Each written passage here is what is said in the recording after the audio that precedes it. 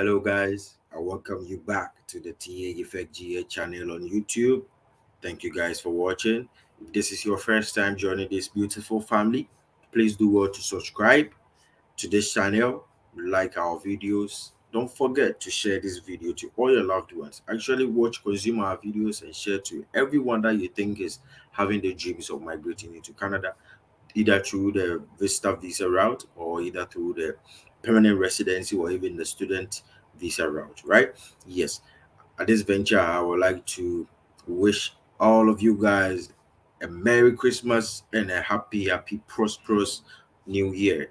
Yes, it's my prayer that 2024 and beyond, all our traveling dreams will be what? Reality.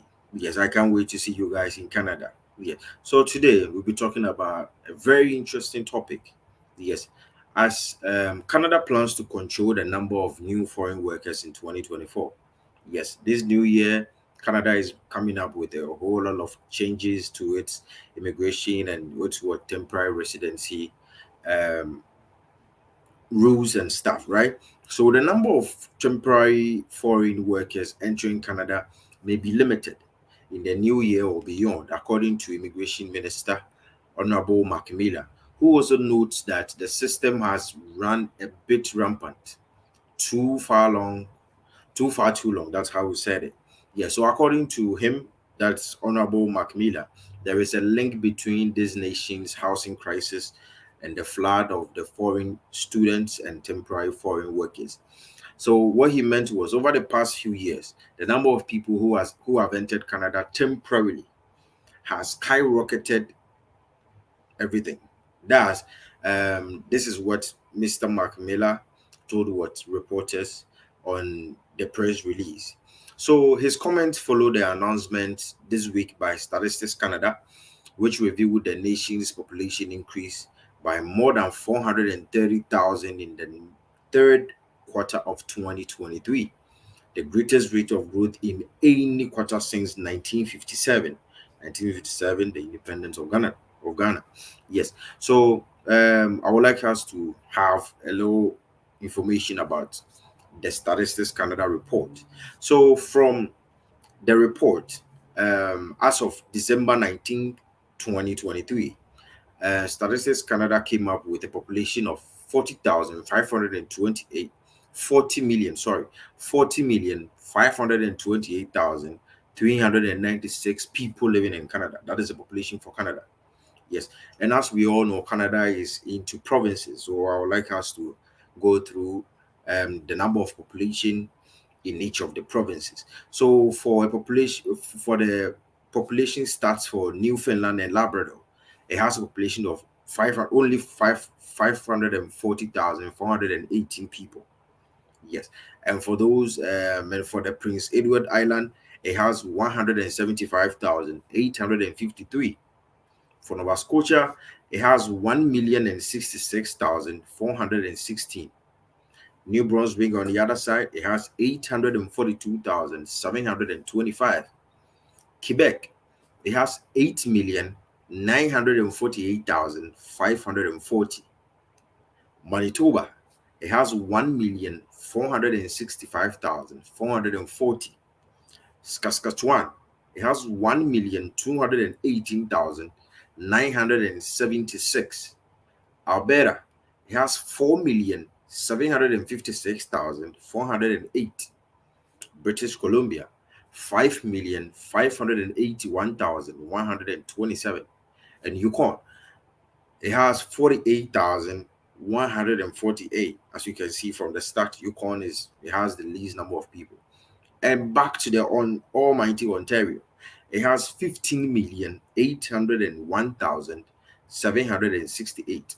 As you can see from the stats, it shows that Ontario has the greatest population in Canada, right?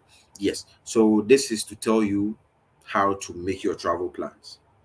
Since Ontario has a greater number of people, you should know that population-wise, people are populated there, so it's going to put a lot of pressure on social amenities, housing, jobs, everything, right? And for places that have like 40, like Yukon, 45,000, though it's coldest, it is very cold there, but it has the least number of people. And if you are thinking of such, you should be thinking of PR stuff, as it is every international person's dream to what, get his or a PR here in Canada. Good. Okay. So the majority of temporary residents enter Canada with the intention of working or studying. That is the for 2022 coming to 2023. That is the ultimate goal of every temporary resident entering Canada, either to study or to work. So housing concerns and the rise in temporary residents, according to the Honorable Macmillan, are increasingly tied together, and there is obviously a correlation. He indicated at the beginning of 2024 he intends to unveil reforms to address the influx. He also declared that he declared, so I'm not trying to target specific people. I'm attempting to focus on the consequences of a system that has been operating somewhat erratically for far too long and is having a noticeable effect. It's acknowledgement that the quantity of housing availability influences the number of temporary foreign residents signifies a change in focus for the federal government. He stated, it's evident that puts pressure on the system, especially on the housing needs. So what he's trying to say is, due to an influx of temporary foreign workers and temporary foreign residents, there has been what, a lot of pressure with regards to the housing sector. So they are trying to what, modify and make changes and reforms to target that side. So what he's trying to say is 2024 going, they are trying to what, reduce the number of temporary foreign workers, temporary foreign residents, international students, everything.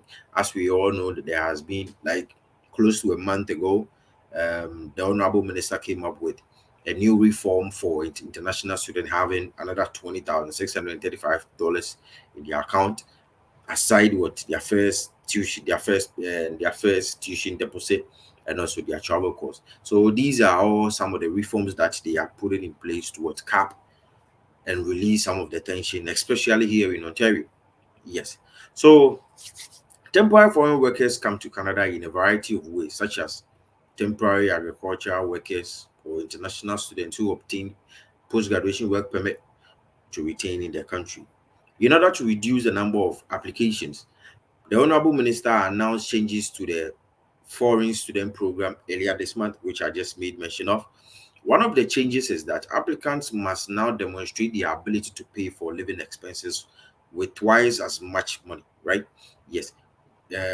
Just as I said, they are trying to, you should show proof of what, an excess $20,635,000 in your account before you be given a student visa to what, come to school here in Canada. Yes. So he stated that if provinces like Ontario do not take action against colleges that are producing foreign graduates like puppy mills,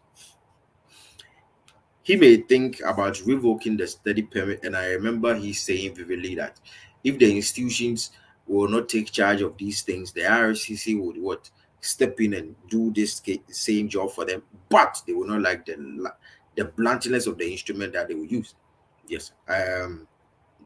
If you want more details about this video, about the exact video, we streamed live the other time, and we telecasted what he said and we explained it vividly, so you can go ahead and watch that one too.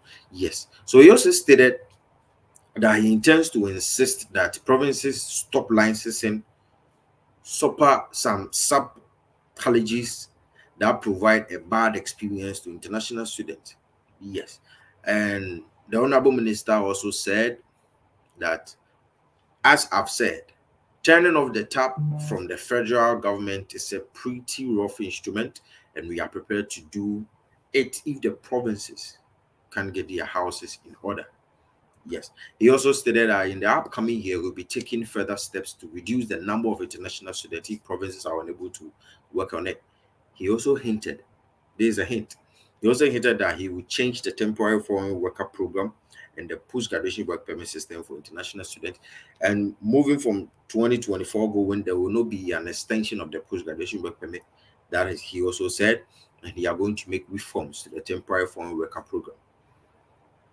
The temporary foreign worker program, that is what every province has its own thing. For Ontario, they have the ONIP, the Ontario PMP. Every province has its own. They are going to make reforms to the temporary foreign worker program, and it's going to affect some people. Yes, it's going to affect some people. And as we all know, um, later this year, they came up with the STEM system. Yes, the STEM.